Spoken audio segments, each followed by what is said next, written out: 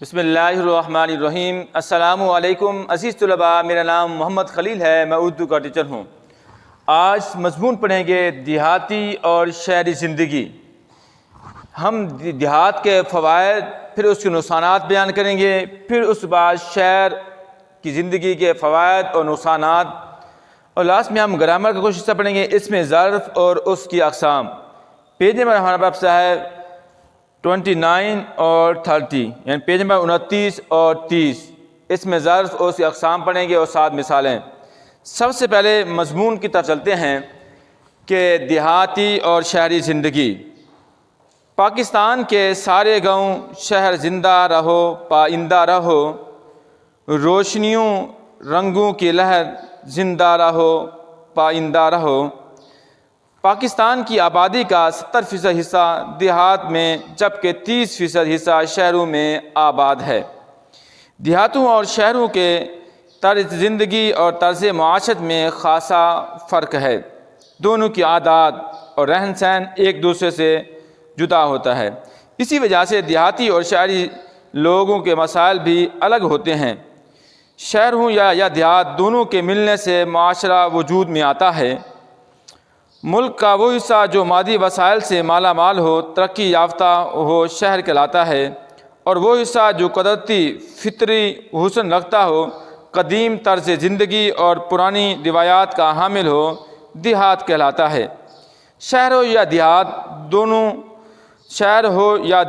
دونوں کے کچھ روشن پہلو ہوتے ہیں اور تاریک بھی۔ روشن کا مطلب یہ ہے کہ اس میں خوبیاں ہوتی ہیں، تاریک کا مطلب اس میں خامیاں ہوتی ہیں۔ بعض وجوہات کی بنا پر دیہاتی زندگی شہری زندگی سے بدرجہ بہتر ہوتی ہے، اور کئی اعتبار سے شہری زندگی مفید معلوم ہوتی ہے۔ مفید کا مطلب ہے فائدہ مند۔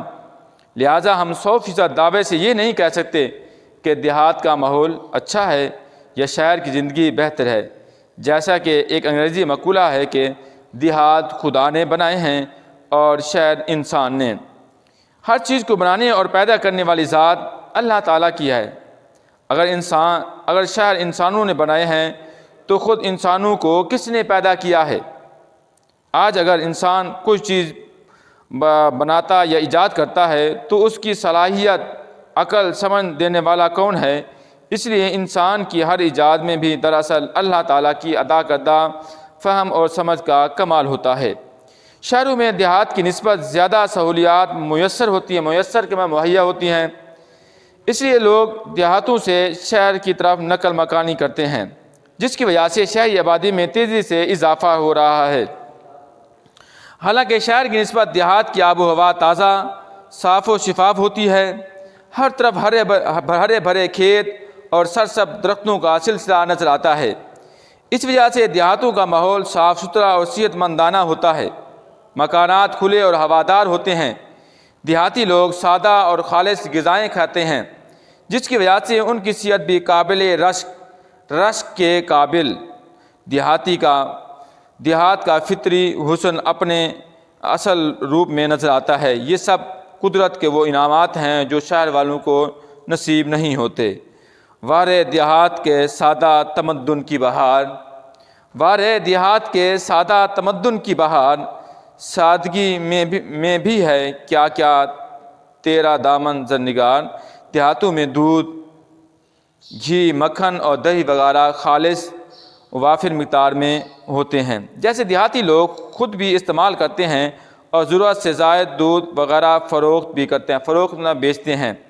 دیہاتی لوگ مخلص، سادہ اور محنتی ہوتے ہیں، دھوکہ فریب وغیرہ سے دور رہتے ہیں، بڑوں کا ادب کرتے ہیں اور ایک دوسرے کے دکھ سکھ خوشی غم میں شرکت کرتے ہیں۔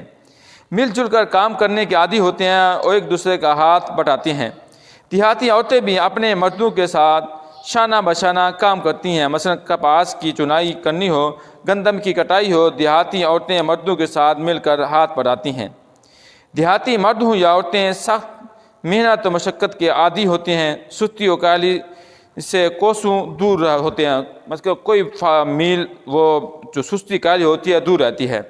دیہات کے لوگ محنت و مشقت کر کے اناج اگاتے ہیں، وہی اناج ملک کھاتا ہے۔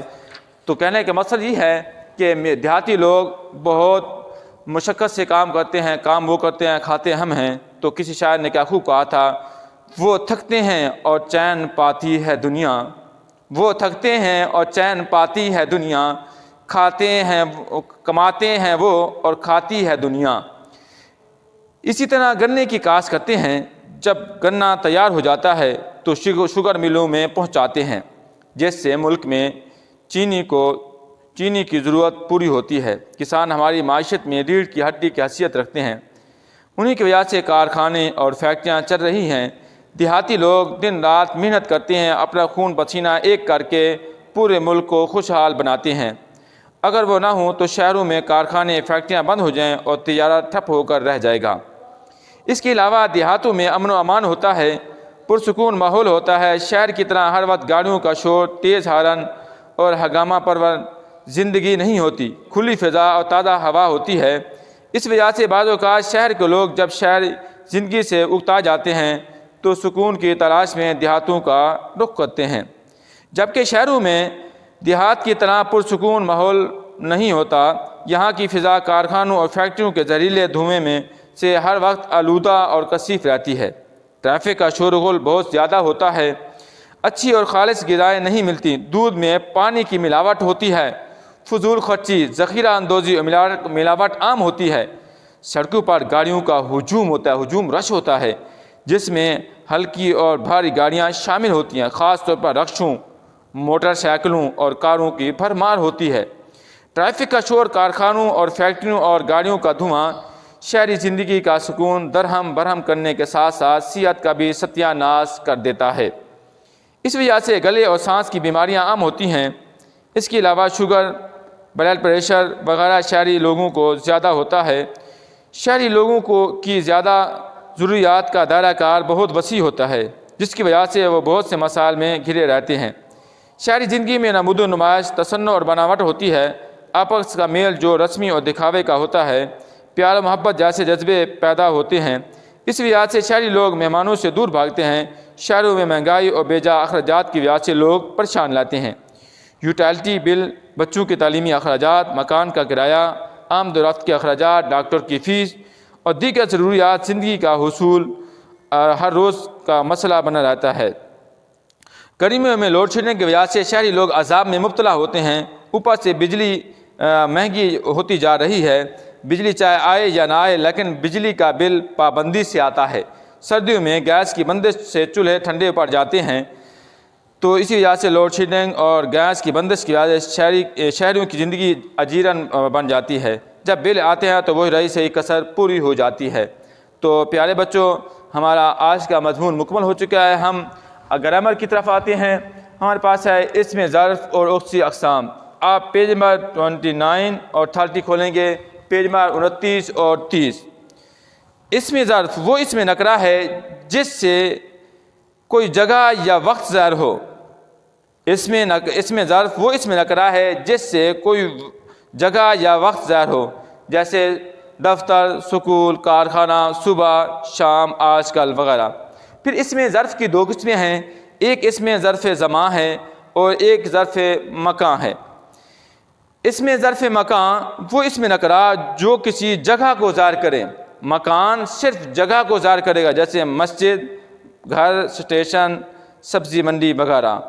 اور ظرف زمان وہ اسم نکرہ جو کسی وقت کو ظاہر کرے، صبح، شام، دوپہر، رات، دن، من، سیکنڈ، آج کل وغیرہ۔ تو پیارے بچوں، آج کا ہمارا لیسن مکمل ہو چکا ہے۔ تو کوئی بات سمجھ نہ آئی، آپ نے واٹس ایپ بھی کر سکتے ہیں، کال بھی کر سکتے ہیں، میسج بھی کر سکتے ہیں۔ اللہ تعالیٰ آپ کا حامی و ناصر ہو۔